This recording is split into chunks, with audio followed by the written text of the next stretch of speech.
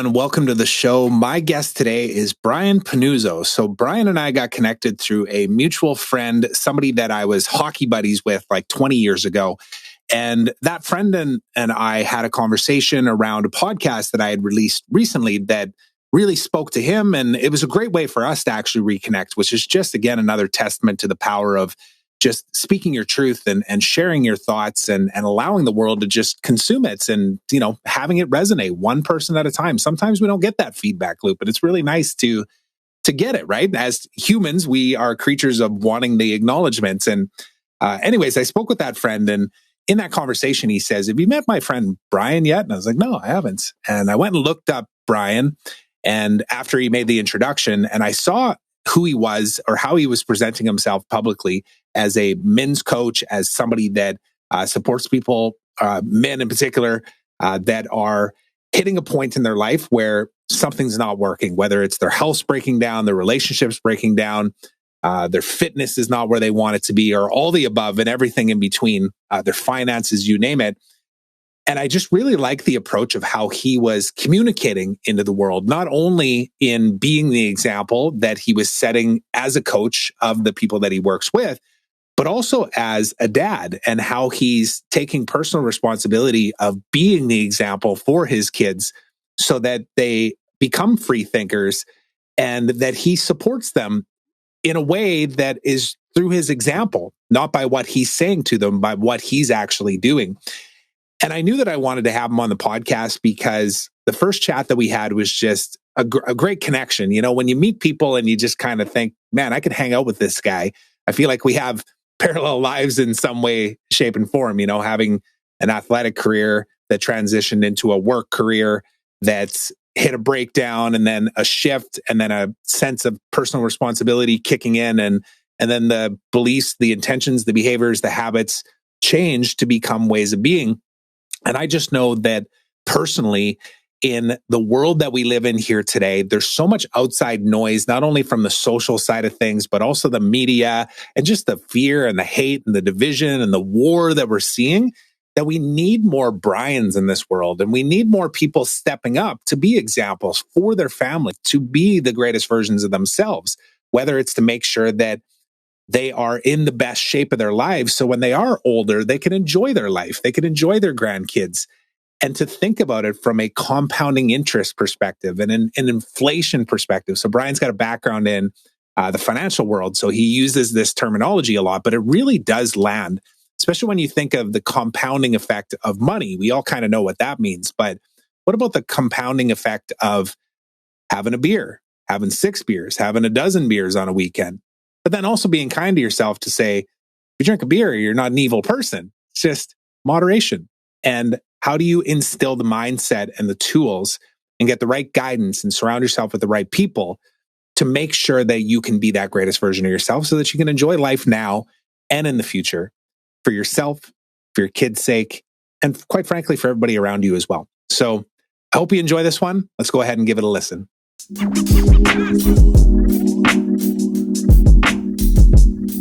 All right, Brian Pannuzzo. So good to see you again here, my friend. I know we've only chatted once, but really enjoyed the conversation. I'm looking forward to this one as well. What's up, buddy? I really appreciate you having me, man. It's good to be here.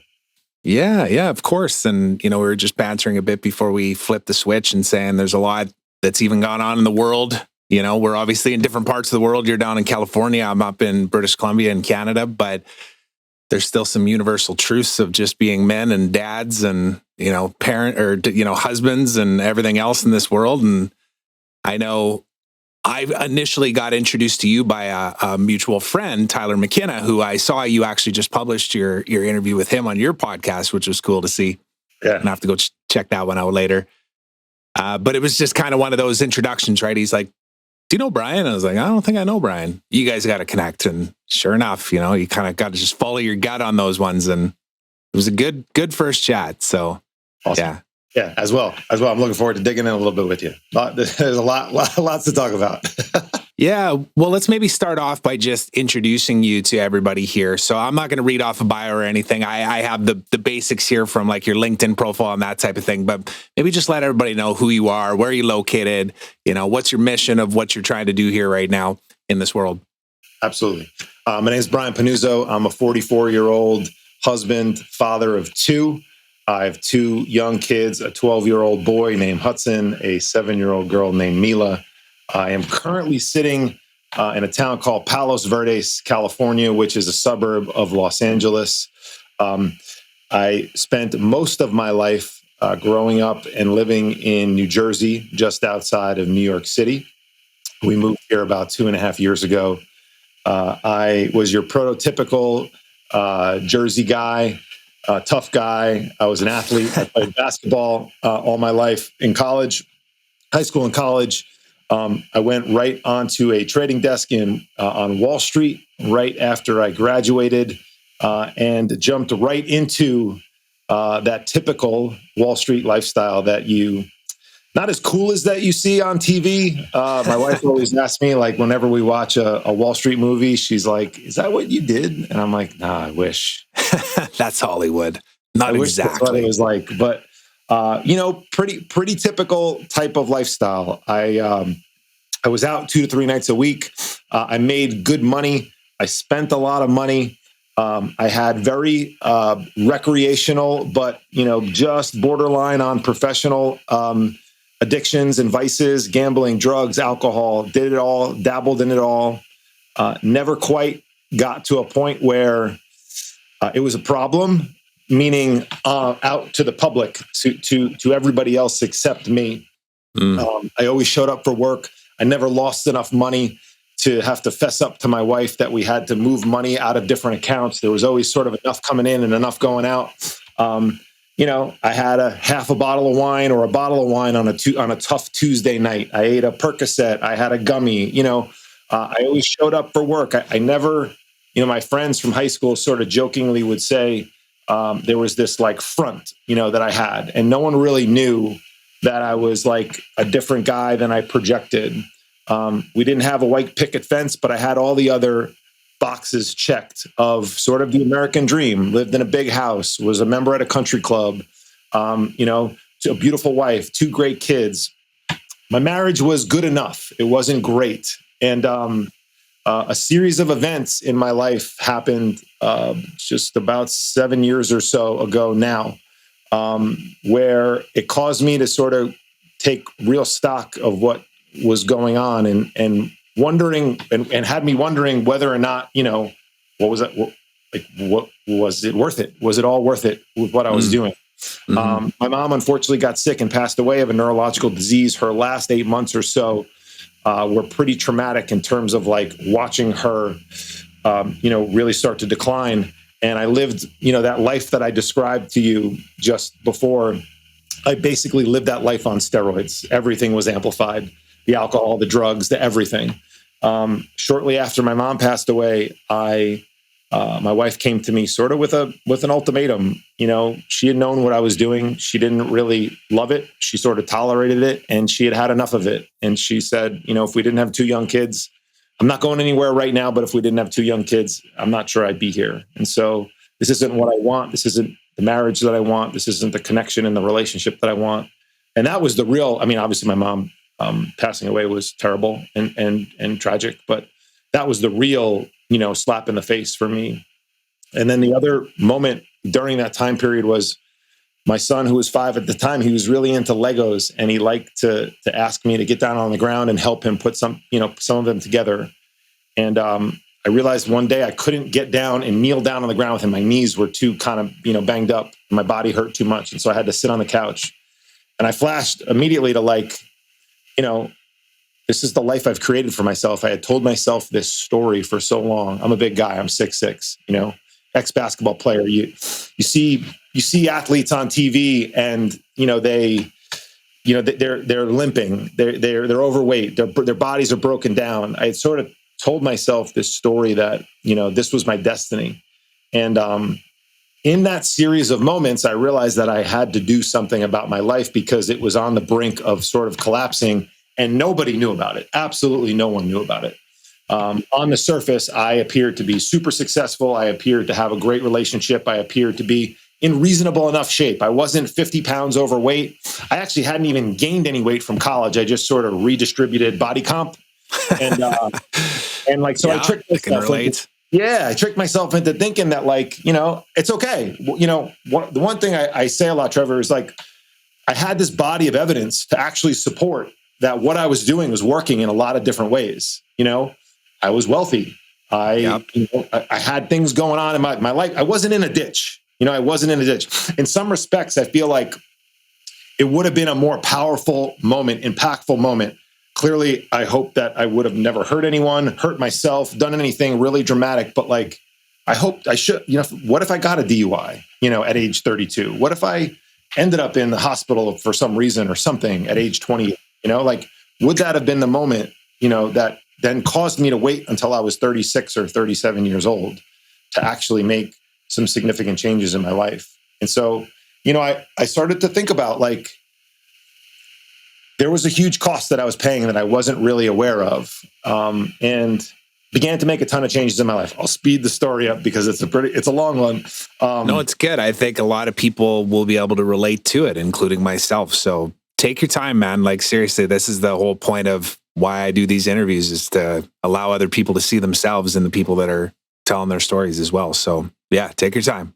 Yeah, so I made a bunch of changes. I started with my health. I started to lose weight. I thought if I looked better, my wife would love me more. She really just wanted me to show up as the man she knew I could be. She appreciates me looking better, but she certainly wasn't demanding that. She was demanding that I show up and be the person that she, thought she was getting into a relationship with.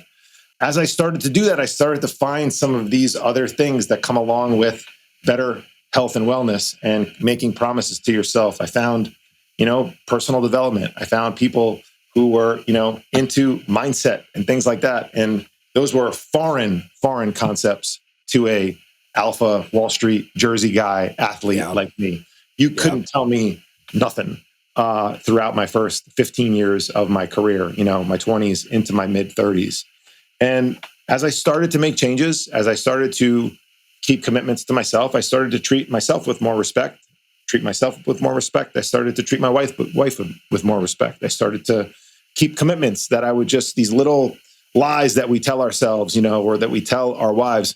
I'll be home around 8:30 after work drinks. I came home at 10. She never said anything, but what I did was I went and I met buddies for an hour and a half or 2 hours for drinks afterwards.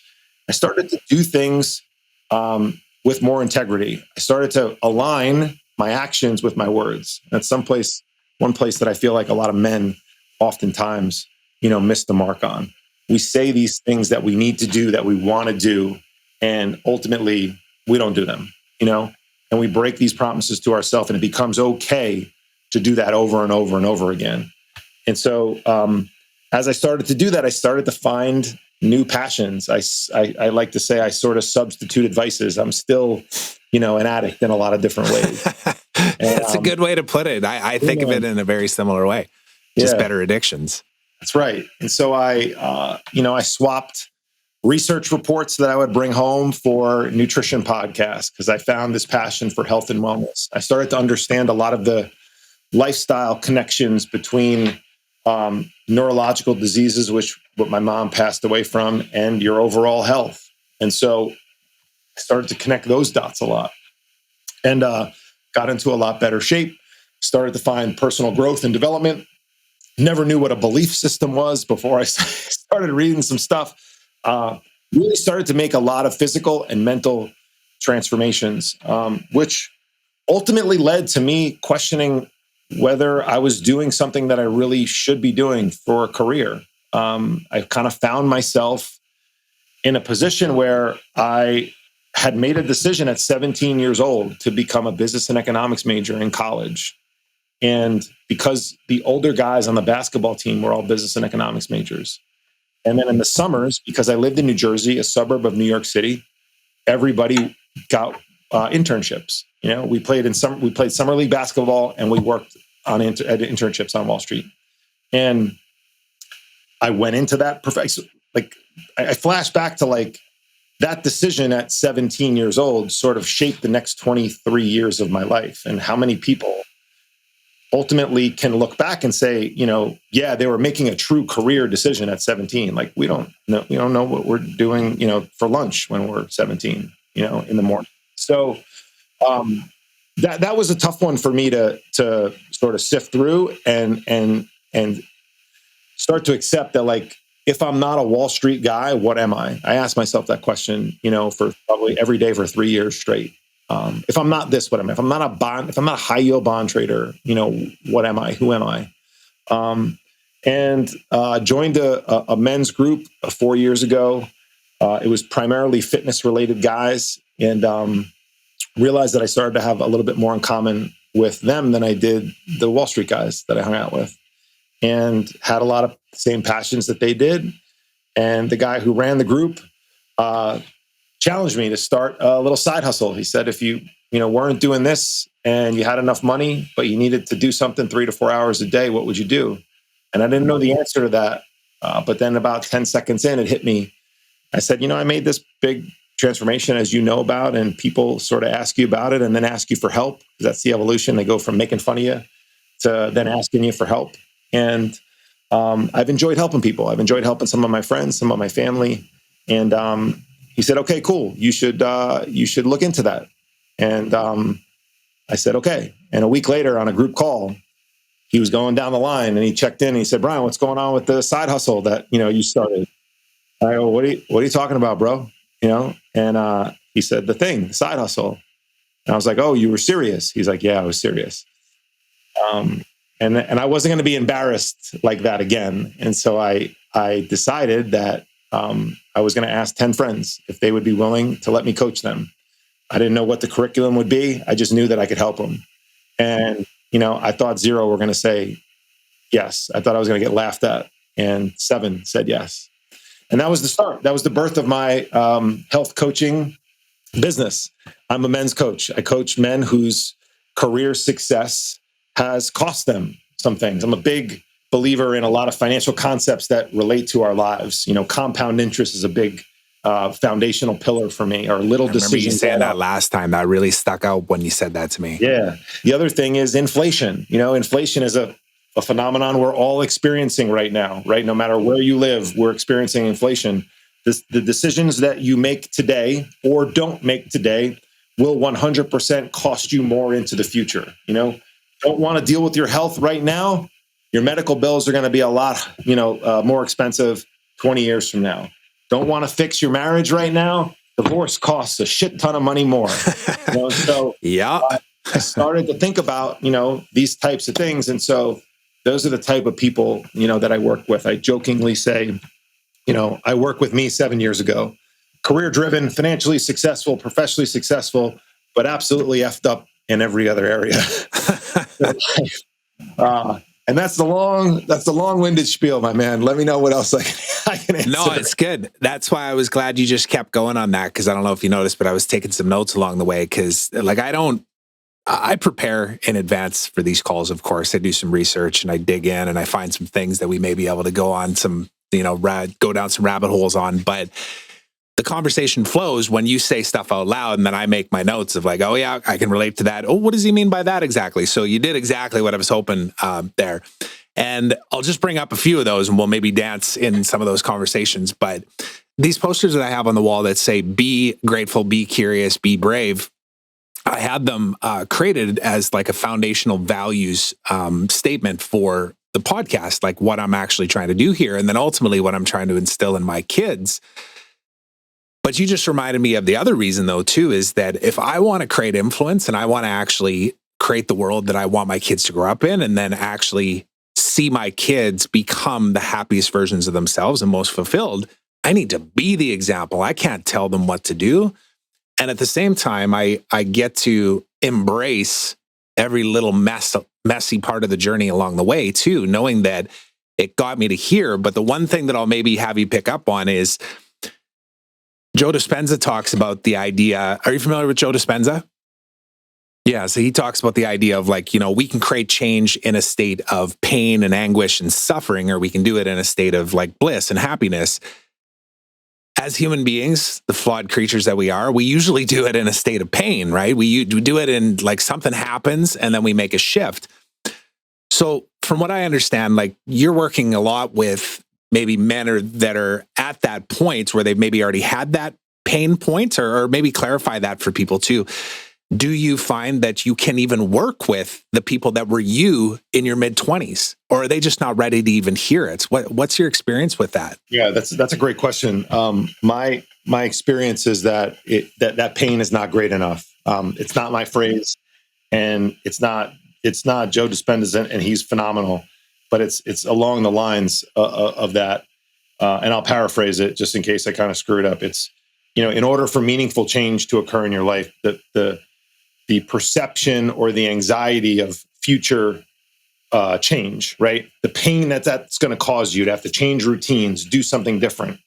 The current state of pain that you're in has to be greater than that future state of expected, pain, anxiety, and things like that. And so I find that the person that comes to me, the man that comes to me, has tried to do it a certain way, has failed a number of times, has realized that, they do have a bunch of good things going on in their life, but it's close to like kind of burning down to the ground a bit. And if they at some point sort of do the math and forward look and say, if I stay on this path for 1 year, 2 years, 5 years, whatever, I'm not going to like what is, on my plate.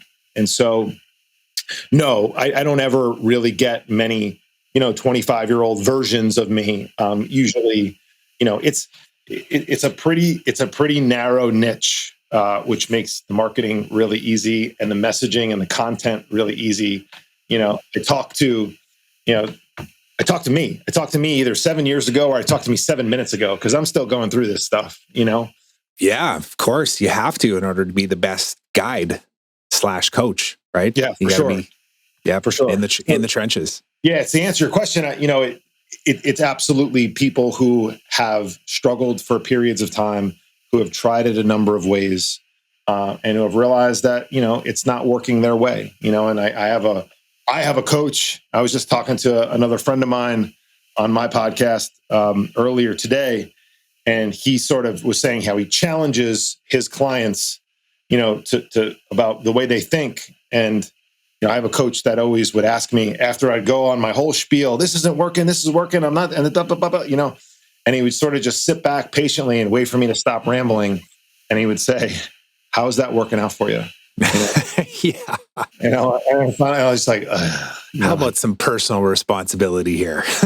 Yeah. And so, ultimately, I think everyone that comes to me, and a lot of men in general and a lot of people in general, they do, I love financial concepts because that's my brain works in basketball terms and financial concepts. And so compound interest is big for me. The notion of inflation is big for me. Auditing is a big concept that I love, and it's a foundational part of my coaching and my program. We don't audit. We don't stop and take stock of what's going on in our life. Companies audit. If you're a public company, you're reporting numbers quarterly. I used to trade distressed and bankrupt companies. Those companies have to report monthly to their creditors. They have a monthly operating report. So like sales teams meet weekly.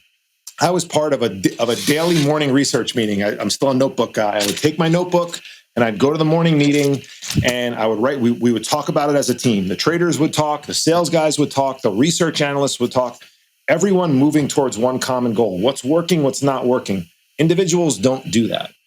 We sort of proverbially throw shit up against the wall every morning or every Monday or on the weekends or on January 1st or whatever. And we hope something's going to stick. Instead of, the analogy I use a lot of times, we all get in the car and put the GPS on. Waze is popular here, right? And so I get in the car, I put where I want to go into the GPS. It tells me the route to take. It needs to know two things, right? In order to know the best way to get there. It needs to know the destination, and it knows where I'm starting from because of where the phone is or whatever. Yeah. What we forget about as human beings is we don't ever consider where we're starting from. We say, I want Trevor's business. I want to look like Brian. I want to do this. And then we just start to do stuff. And some of those things are good habits. They might be good things to implement into our life, but are they all really tailored and specific and the best things for you to be doing? Because inevitably what happens is, as Mike Tyson says, Everyone's got a plan until they get punched in the face.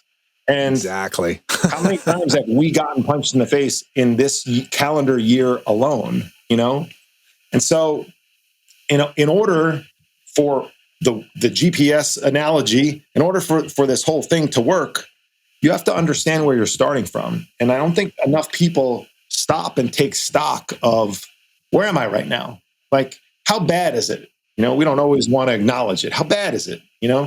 Instead of going to the gym 7 days a week when I'm going 0, could I take a 20-minute walk every day for the next week? Could I drink water every morning?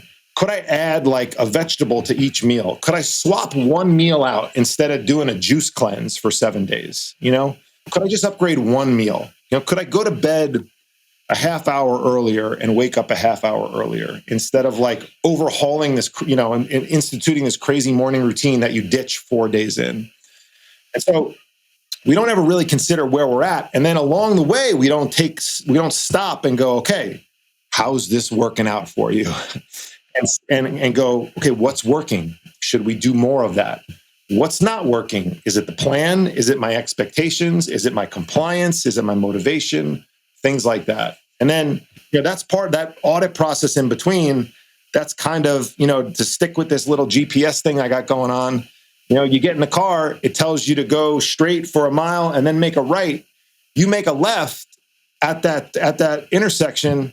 The GPS doesn't go, Trevor, you are an idiot. What is wrong with you? Yeah. Go home, quit, turn the car around. The trip is over. It doesn't do that, right? And I'm being dramatic. It doesn't do that. It reroutes. It says, okay, it might take you a little longer to get there, but it reroutes. And what do we do as human beings? We go, you're an idiot. You go home. We proverbially go home. And so, the audit process for us as human beings, I think, is a critical one in anything that we're trying to do. And especially when we're trying to improve, maybe our health, our fitness, our relationships with our wives, our partners, kids, reducing vices, all those sorts of things. Yeah, and all these things are tied together as well, aren't they? I know that's been my experiences. I'm actually looking at a graphic on the screen right now that I created that kind of speaks to these bubbles of what we get to be responsible for in our lives, right? Whether it's your intellect, your emotional intelligence, your physical health, your parenting, your relationship, your business, your influence, all of these things. Independently, it's like, whoa, where do I even start? But I think the message I'm hearing from you, which I 100% agree with, is like, well, just start. Like, just take a step.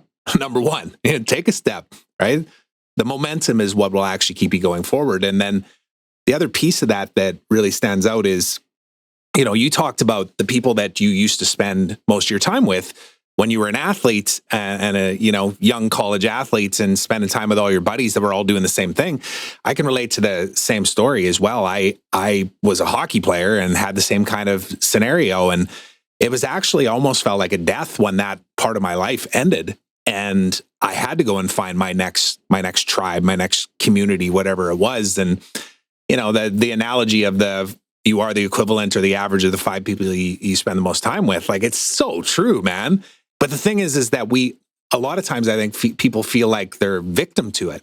Well, whoever's around me, I guess. And this is where technology is so incredible now, because how many of your clients do you actually work with face-to-face now versus virtually? 3 out of 20. Yeah, 3 out of 20. 3 out of 20, right? So there's lots of ways to look at tech.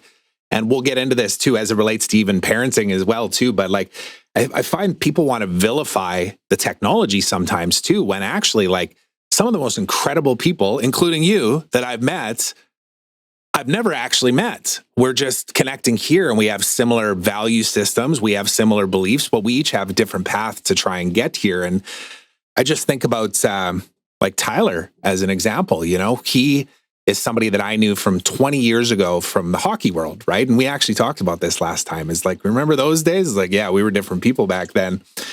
And he had expressed to me, and I don't want to share his whole story, so I'll keep it somewhat confidential, but I know he's expressed to me that, he has a desire to live in a beautiful tropical location and live his best life, right? And he's in a job, and I know he's in the financial industry, and there are certain things that he feels a little tied to with that. So, all right, maybe it's a 5-year plan. what are the steps to actually getting there? And you alluded to this in what you were just talking about, which is, well, first of all, you surround yourself with people and ideally even a coach that says, what's the vision here? You know, what's the side hustle? How much you working on it every day? Don't beat yourself up if you didn't have time. You're busy. You got a job. You got to be attentive and present with your wife. You got to be around your kids, but just start. Like, this world is incredibly filled with opportunity right now, isn't it? You just got to move. Yeah, I mean, look, it's the technology. I think you can talk about it in both contexts, right? Like, never have we been more connected as a society, as a human race. Now, some of those and a lot of those connections tend to be superficial and not very deep. And so, I think the magic can happen is when you find these relationships, you get introduced to these different people, and then you're able to take those relationships and go a little bit deeper. But you can upgrade your 5 people very quickly, and you don't even have to be. The beauty of it is you don't even have to be like physically friends with them. Like, they don't even have to know who you are for them to influence you. Somebody could listen to your podcast habitually and take away all the great information from it, and you could be one of their 5 closest friends because you're influencing them, on a daily basis, on a weekly basis. I tell people all the time, you are an influencer. It doesn't matter what your audience is. I have a relatively small audience as far as social presence goes. Now, I have a much bigger audience than a lot of people that I know. But I know, and a lot of people whose audiences absolutely dwarf both yours and mine, right? And so, but on a micro level, I have people who I influence. I have so much feedback now to know this, but I knew it intuitively before I even got it all. If you're a parent, you're the ultimate influencer. Yeah, right? The ultimate influencer. The little ones. I have 2 kids on a daily basis that are watching every move that I make. And you mentioned earlier, you made a comment about leading by example. I believe there's a lot of different ways to lead, right? I've been everything from the rookie, the assistant on the trading desk, all the way to one of the senior guys running the desk. I've been the freshman on the team, filling the water bottles, right? To the captain on the team. So I understand all different aspects of roles within a team or an organization.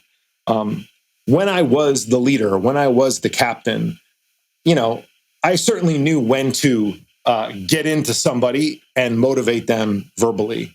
And I certainly wasn't like this completely flat, vanilla, monotone guy. But I didn't lead with my voice. I led by my example. I led by showing up. I led by the work that I put in, and I live my life that way now, very much so. I mentioned earlier that, misalignment of actions and words. I mean, that concept, that process haunted me for a long time. For a while, I didn't know I was even doing it. I didn't know what I didn't know. And then when it was sort of brought to my attention, then I still wasn't doing it at periods of time. And then it ate me alive, And so that's a big thing for me now, is making sure that if I'm going to say that I'm going to do something, if I'm going to make a commitment, it happens. And now, look, life does get in the way of things sometimes, but I make sure that I don't say some dumb shit like, I'm not going to drink for the next month. Now, I've gone a month plenty of times without having alcohol. But I don't just say, I'm not drinking for the month. I'm doing, a big thing on Wall Street is dry January. Every schmuck in December who's absolutely abused their liver from Thanksgiving until Christmas, at some point before December 31st says, I think I might do dry January.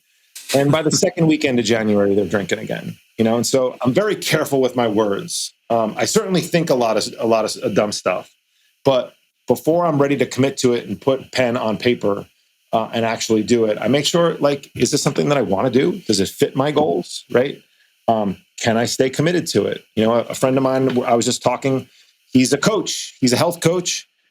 And his big thing is, don't create the plan for the most motivated version of yourself. Create the plan for the least motivated version of yourself, because that's basically 90% of the time, right? Create the plan for Thursday night after a long day of work when someone hits you up and says, want to go grab happy hour? Create the plan for Friday after work. Create the plan for Saturday and Sunday, not for Monday morning. Monday and Tuesday, we all got down. Nobody needs help with. If you need help with Monday and Tuesday, you need a lot of help, Yeah. Yeah. Yeah. No. And that's why I think these conversations matter too. Like everything that we're speaking about here, maybe, I shouldn't even say maybe, like somebody else has talked about this before. Of course they have, but I've received the feedback loop myself too. And believed in what I was actually showing up and doing for myself, knowing that maybe it was just my mom that was listening to the podcast when it first launched, but I stayed consistent with it. And I did it for me first, knowing that if I can create the greatest version of myself, be that every single day, be kind to myself when I'm not, I create a blueprint for my kids. And now there's a consistency that actually ripples out, and call it a vibration or whatever you want, but it comes back, like it literally bounces back at you. And then you start getting that feedback loop, and it's addictive. That's another one of the things we're talking about, the addiction, so maybe we were addicted to the substances and the working out and everything else before, but it's just a flip of that glass almost, and I want to pick up on what you said about like the inflation conversation, especially as it relates to health, knowing that the choices that we make now, we might not see a dramatic change in our degrading of our body, but in 10 years, 20 years, 30 years, we might, and that's going to hurt our pocketbook and our physical well-being, our ability to like engage with people that we love. And it kind of transitioned us into another piece of this conversation I wanted to have with you, which is, we don't talk about that enough, do we, in today's society? Like everything is so fear-based and talking about preventative, or rather reactive medicine, as opposed to preventative. And it just got me thinking about the analogy we were using before of, would 25-year-old you be listening? Would healthy version of you be listening to say, you need to take care of your body right now so that you're not in a compromised position with these comorbidities that might actually hurt you? And naturally, you kind of know the conversation, the dance that I'm doing here around this big old elephant in the room, which is the whole COVID situation as well, and how we're trying to navigate all this stuff. But what's your position on that? Like, how do you speak about that, knowing that sometimes people just won't hear it? They don't want to.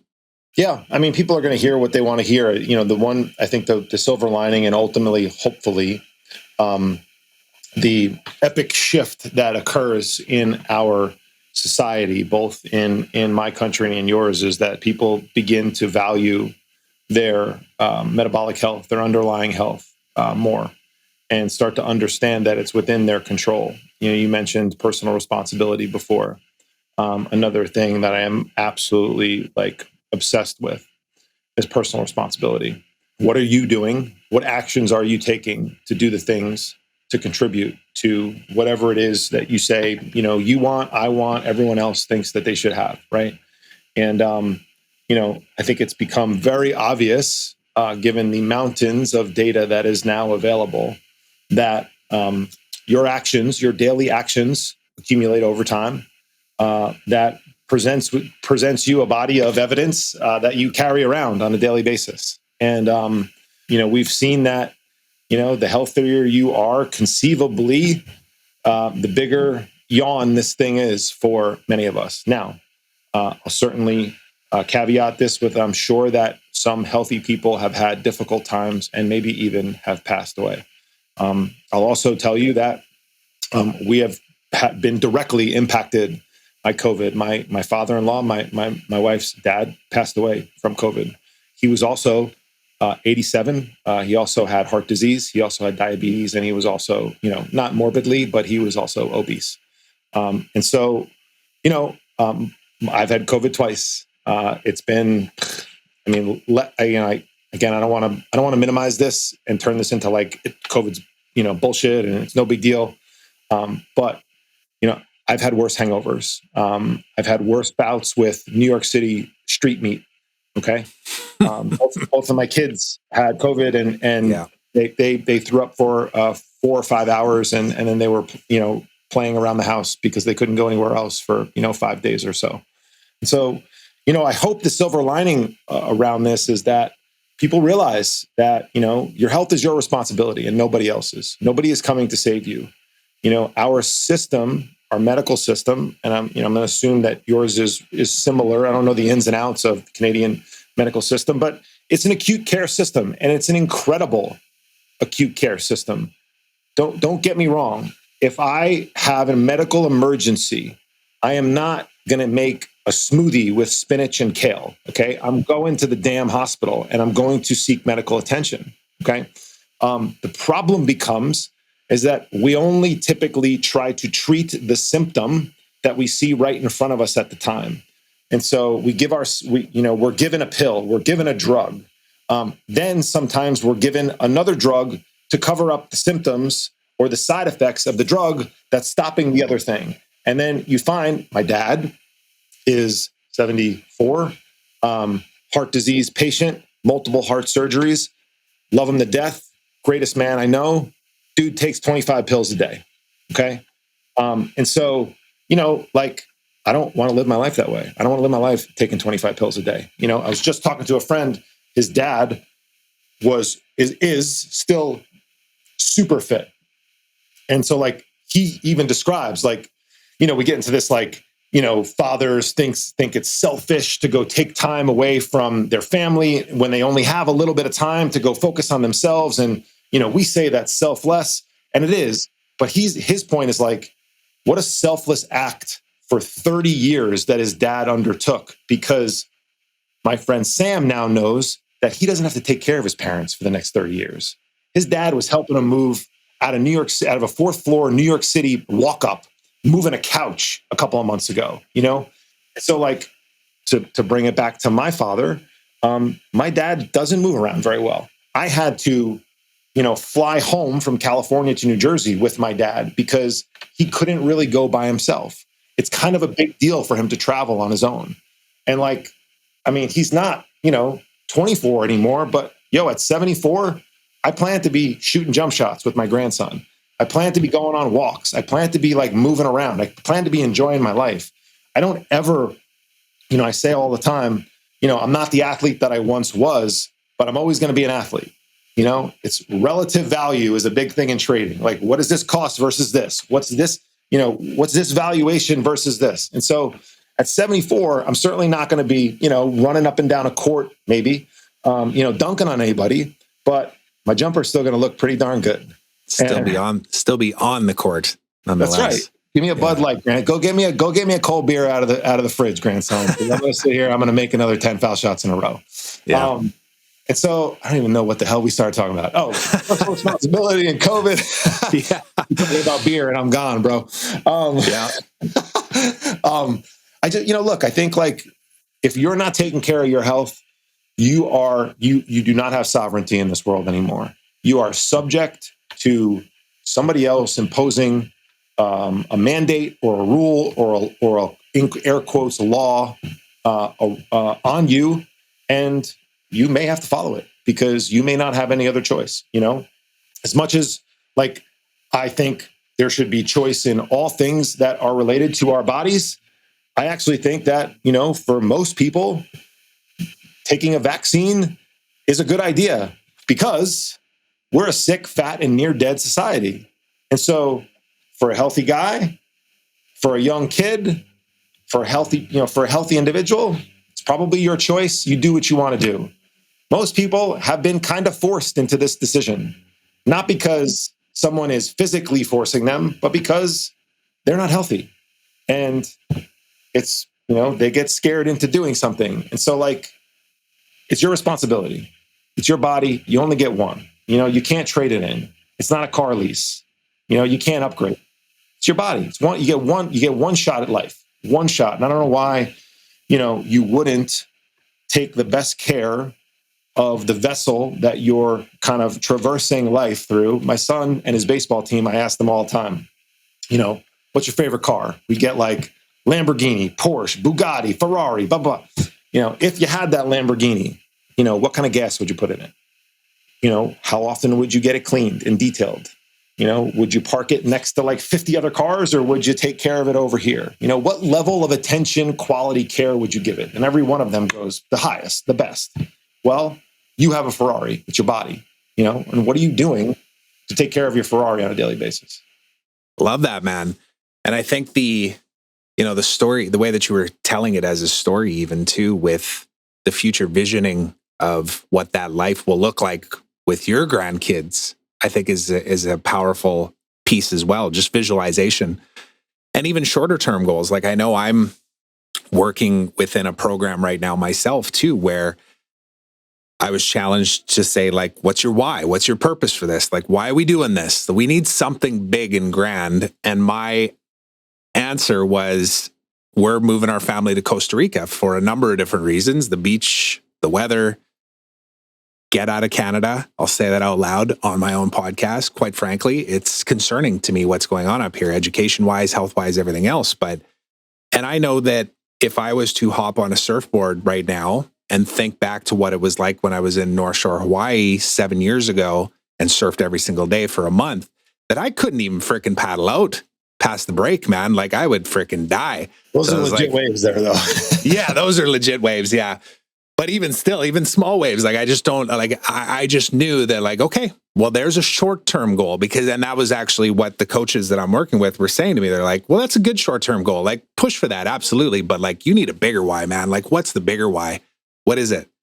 Is it constant commitment to be the greatest version of yourself when nobody else is looking, knowing that you are that example and your kids are going to see you when you sneak in this and you don't do that? And it's like, yeah, that's what it is. And then, I just stick it up around the house. Like it's just little tiny things that a person can even do to just ground yourself in that. And then remember that, I enjoy a beer like the next person too. And it's not a problem drinking thing. And there's nothing wrong with that. There's nothing wrong with that. You can still enjoy the good beers every once in a while.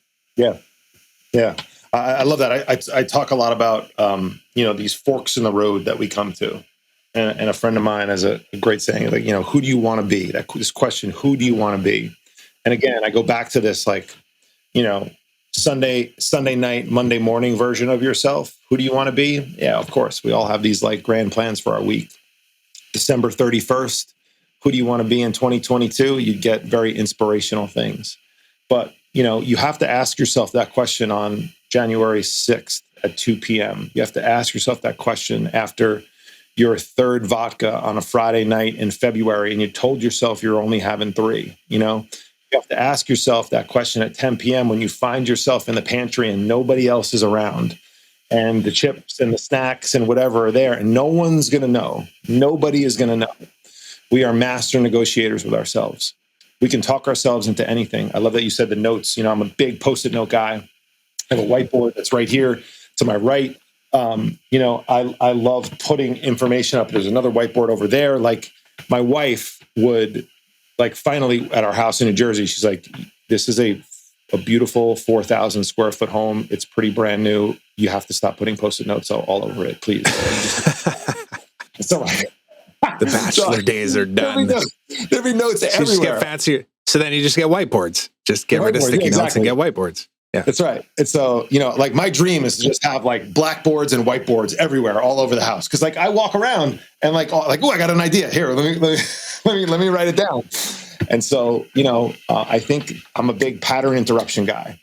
And so I'm snapping my fingers right now. The more you can sort of shake yourself out of this talk that everyone's going to have with themselves, you have to sort of beat back the inner, bitch voice that we all have.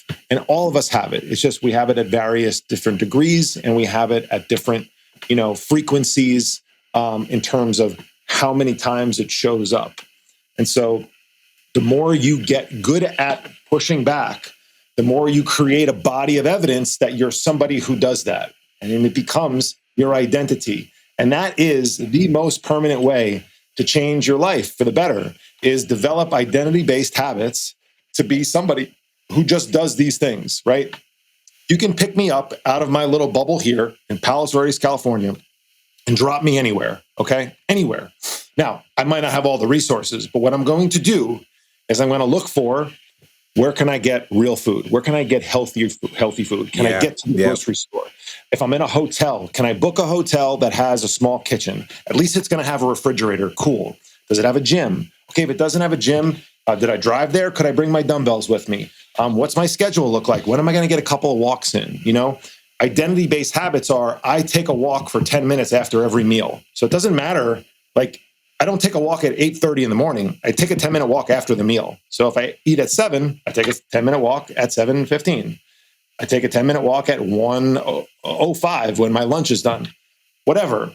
Having these habits that are identity-based. So you can pick me up and put me anywhere. I am going to find a way to be healthier than normal. It may not be the perfect set of circumstances, but I'm going to look for those things because it's who I am.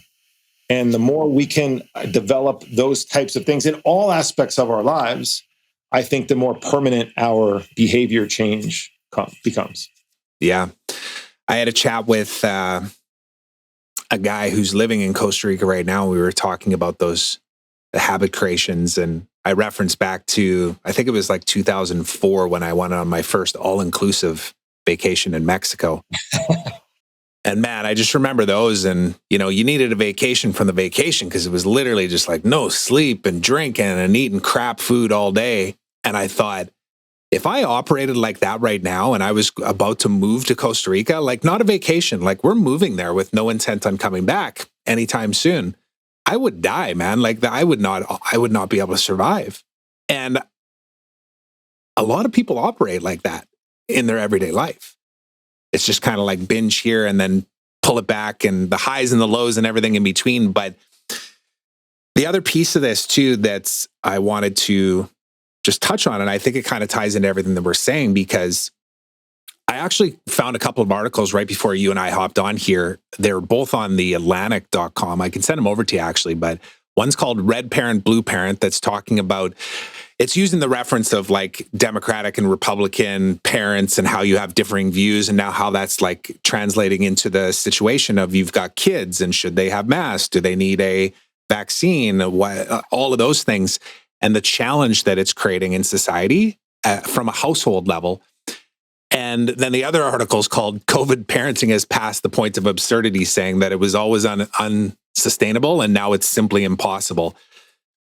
And I want to challenge those things, but I also want to address the reality of it, because this is one of the things that I think I really picked up on with you when Tyler said, like, you should meet this guy. I went to your Instagram and I saw you did a video that at first seemed like a very serious video. And you were referencing the fact everybody, there's this big announcement out, 17 million, I forget the number, it was like 17 million children are alive today. And it didn't hit me right away. And I was like, is he taking the piss out here? I think he is a little bit. And then I caught it and I was like, oh, that's good shit. Because to me, that's just flipping it's 180ing the conversation. It's not saying that all this other stuff doesn't exist, like you already alluded to on this interview. It's rather like, what are we paying attention to?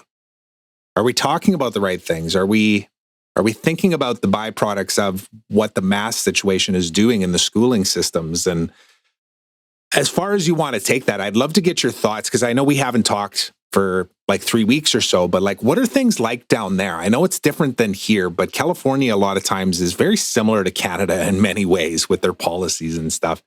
So what's going on, man? Give me the update. Yeah, so to reference the post, the concept is like everything is fear-based, and there are things that we don't have to be that fearful about, in my opinion. And one of those things is that if you are a healthy young child, you don't have anything to fear.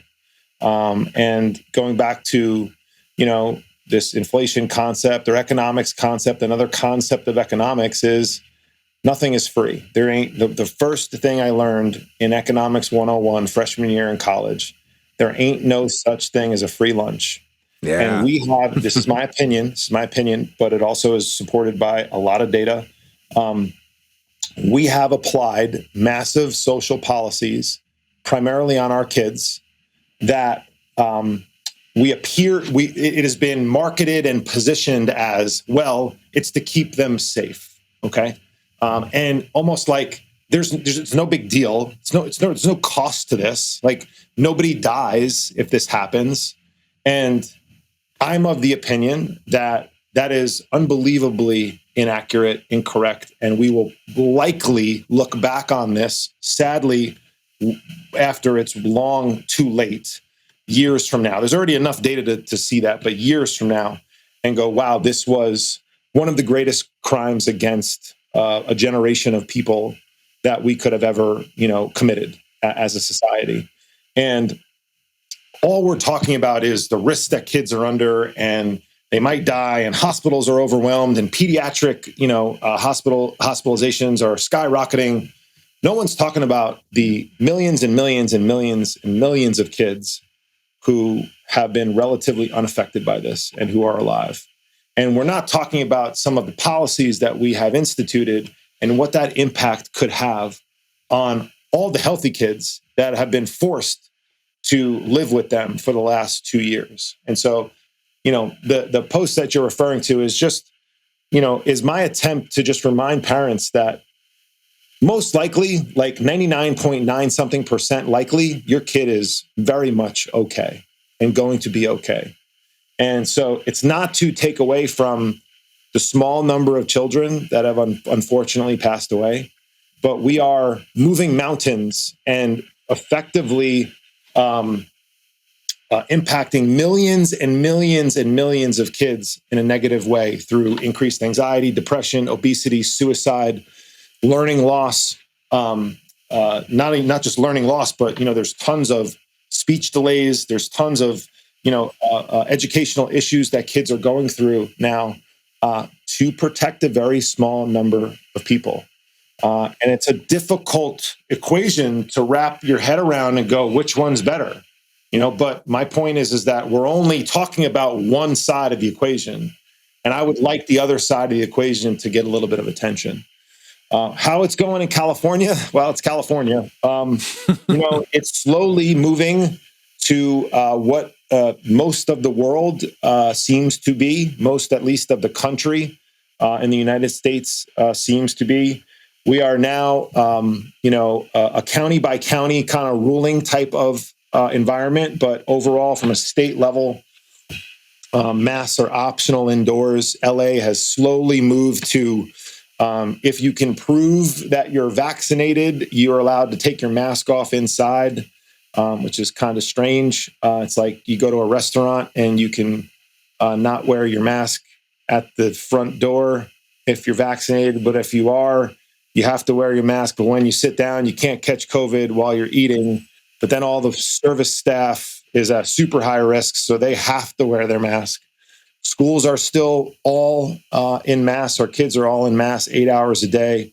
In LA County, they were in mass outdoors from January up until right after the Super Bowl.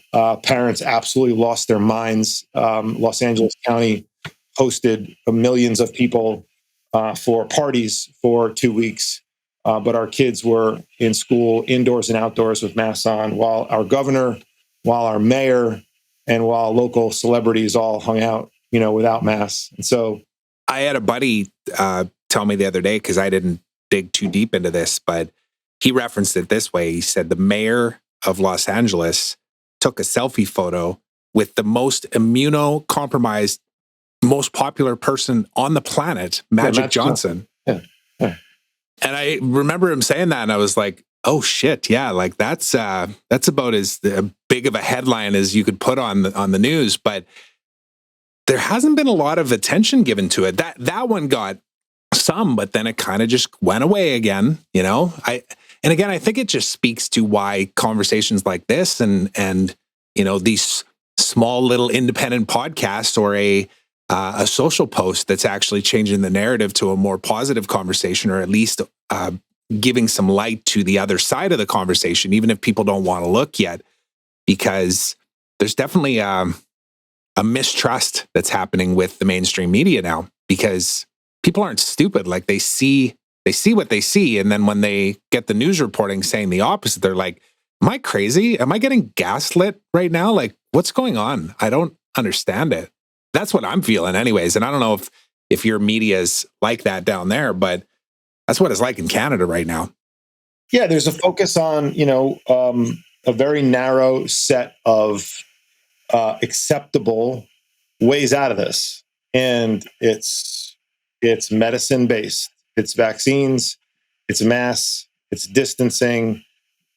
Jesus Christ, they're still telling people to wash their hands. Like they haven't looked at any updated science. Like I get it, March of 2020, wash your hands. But now, like, really wash your hands? And I look at it from the perspective of like, if this was a sports team, right? If this was a hockey team in Canada, if this was a public company that had to report to its shareholders, and you ran the same play for 2 straight years and lost every damn game, or if you kept losing money, if you ran your company into the ground and you weren't the sole owner of it, there were other owners, your ass would be gone. You'd be fired. The manager would be fired. The general manager would be fired. The players would be traded, let go, free agency, moved on, rebuilt. This would be a rebuilding situation. And we keep doing the same thing over and over and over again and are expected to not question it and are expected to accept it. And when we do think logically, AKA conspiracy theories and misinformation, we're, like you said, gaslit. We're looked at like we don't care about people dying. Like now, the conversation, because they can't hold on to anything else around kids and their risk, the conversation is now, well, the kid might have an immune compromised grandma at home. So now if you're in favor of mask choice at schools, you're now a grandma killer. You're now in favor of killing grandmas. And so it's like, at what point are we going to get logical about this and actually be honest about, is what we're doing working, and take an honest look at it? Simple question. Has it worked? Has it worked? Simple questions and very, very deep, tunnels that we can go down that are all interconnected, from how politics actually works to what influences decisions, how much influence money has on that, and corporations.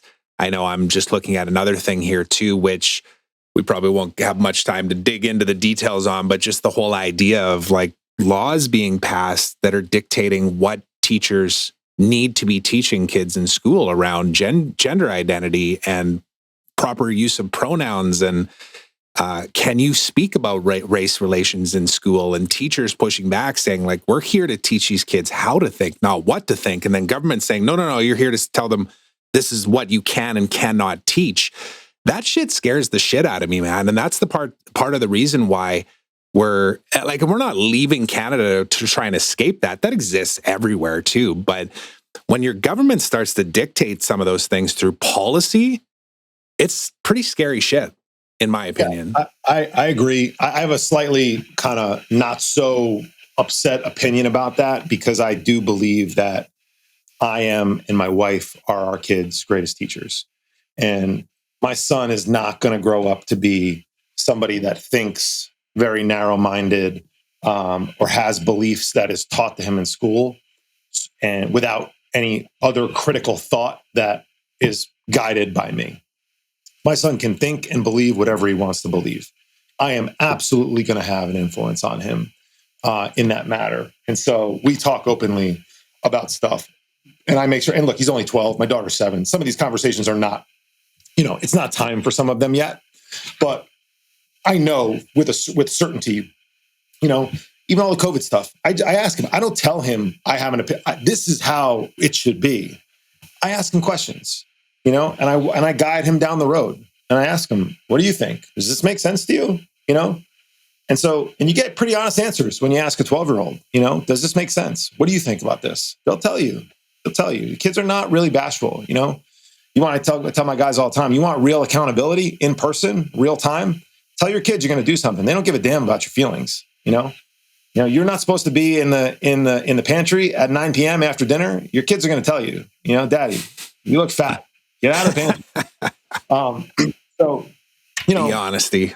Yeah, absolutely. Raw honesty. And so they can think for themselves, but you need to be there to guide them. And so I'm not as worried about that stuff, although I probably should be. Maybe I'm being a little naive, but I'm also kind of picking what and how much I can handle from an overload standpoint as a parent. And I'm probably talking to somebody else who's in an environment that is bananas, but Los Angeles County, California is probably about as bananas as you can be anywhere in the world right now, Yeah, for sure. No, but I'm glad you brought up that point, and it just kind of ties everything all to the same message here too, which is even when you're coaching the men that you're working with, of course you can tell them what to do, but if you ask them the question of, is that what you really want?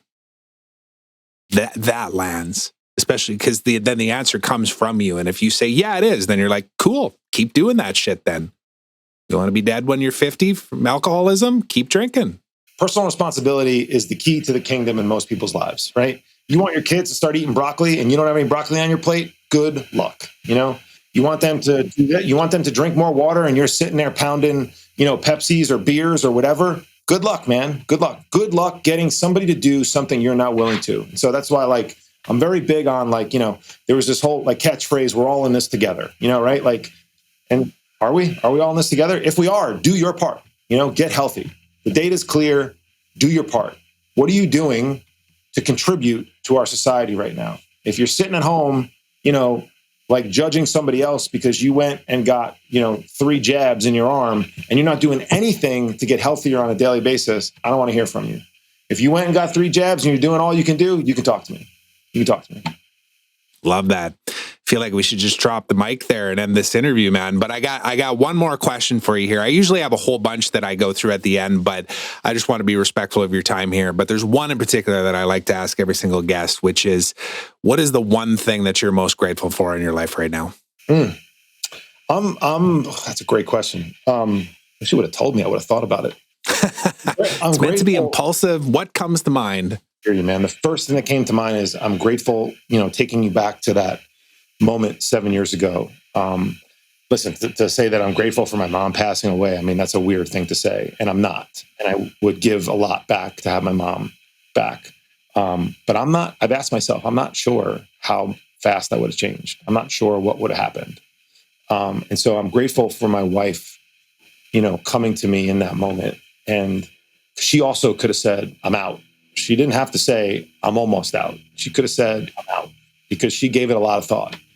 So I'm grateful for, that period of my life being the catalyst for me to become and when I say become, I mean become today, because tomorrow I'm chasing another version of myself.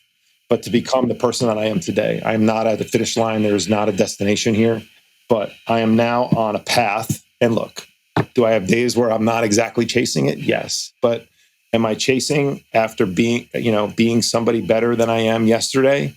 On most days, 100%. So I'm pretty grateful for that period of my life, because I know that it's going to have a mushroom effect. It already has. You change me, I change my relationship with my wife. We change our kids. I change my clients. I change people who pay attention to me. Maybe we impact one person that listens to this, this conversation. The mushroom effect is real. It's exponential, and it's really, really powerful. I love that answer, man. And it's interesting when you don't have the questions sent to you in advance, and whatever comes to mind comes to mind. I appreciate you just saying exactly what did come to mind, because I'm sure you can relate. Like, even for me, I've gone through heartaches. I've gone through losses. I've had deaths in the family, grandparents. My wife and I lost 2 kids. And in the moment, devastating, worst thing ever. Never would have wanted it to happen. But what a blessing, though. It was just a way how I looked at it. There was so many things to come from that. Like, I would not be the person I am here today if not for those experiences. In the moment, it sucks. There's a grieving period you got to go through and everything else. But when you can look back on those moments, I refer to them as like turning your mess into your message. That's when you can actually really create impact and support other people too. So, amen. I'm glad you shared that, man. That's pretty powerful stuff. So how can people find out more about you, connect with you, understand exactly how you do work with men that you support? Yeah, the best place to go is thesuccesslift.com. And from there, you can find out more about me. I'm also on LinkedIn and Instagram as my name, Brian Pannuzzo, Pannuzzo.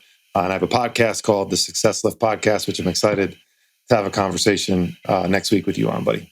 Yeah, I'm looking forward to it as well. So I'll make sure to link all that up. And I appreciate the conversation, man. It was an honest, vulnerable conversation, lots of good takeaways, and I'm sure it's going to help a lot of people. So thanks so much for doing this. Really appreciate you having me on, man. Thank you very much.